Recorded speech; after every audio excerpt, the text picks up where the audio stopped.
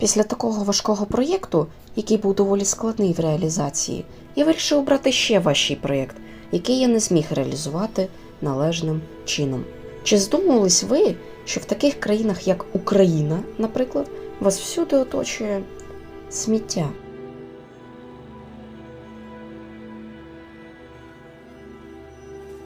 Винні у цьому вітер, який розносить це сміття, собаки, які розтаскують сміття з мішків, і у першу чергу люди. Подивіться на цю пляму в Тихому океані. Вона повністю складається зі сміття. Знаєте, якої вона площі? Різні дослідники кажуть, від 120% площі України до 2,5 Україн. А тепер подивіться на цей стаканчик. Він вам про щось каже? Напевно, ні. А от я бачу, що люди, які кажуть «все буде Україна», викинули цей стакан сюди. Задумайтесь про ставлення людей до своєї держави. Таких стаканчиків тут 10, а я йду далі. Подивіться на цю упаковку від пластівців. Це доказ того, що сміття викидають сюди постійно. На момент початку запису цим пластівцям від сили 3 місяці. Особисто мене дратують ті люди, які кажуть про шкоду сміття природі, а на ділі нічого не роблять. Тому я вирішив, сьогодні я приберу цю покинуту будівлю. Спойлер, мені це вдалося лише частково.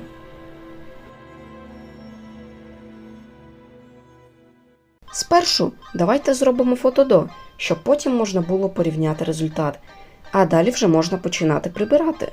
Це буде історія про 8 днів мого прибирання. Перший день. Протягом 7 хвилин я прибрав 1 мішок. Але знаєте, це мало в порівнянні з тим, що ще лишилось. Саме тому я зневірився тоді у собі, плюс ще й змучився в придачу. На другий день я додумався зафіксувати камеру, таким чином, як і знімань збільшилась, бо смиканої картинки вже не буде. Хотів кожен день прибирати по 3 мішки, але їх у нас було мало, ось такі мішки я використовував. Третього дня нічого не записалось, але я прибрав 3 мішки, почав бачити результат. 4-й і 5-й день я не знімав, я не прибирав мілке сміття, а прибирав усілякі пакети і мішки, де сміття було вже зібране.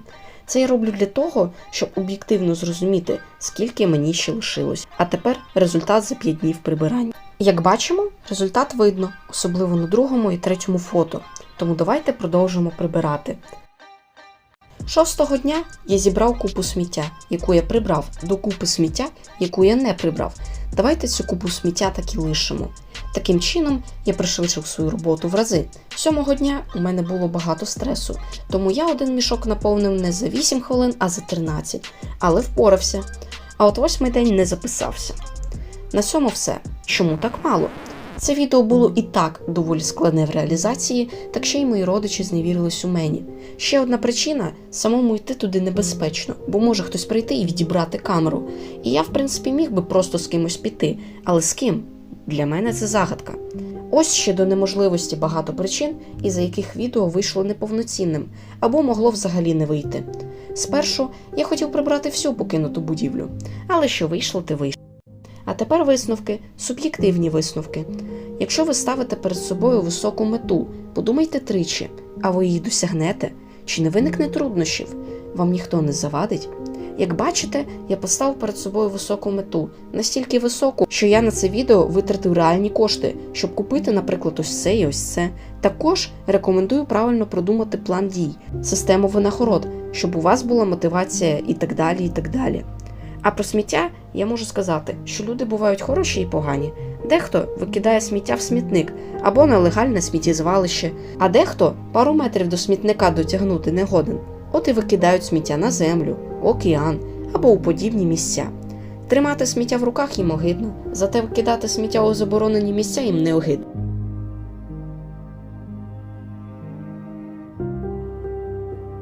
До зустрічі!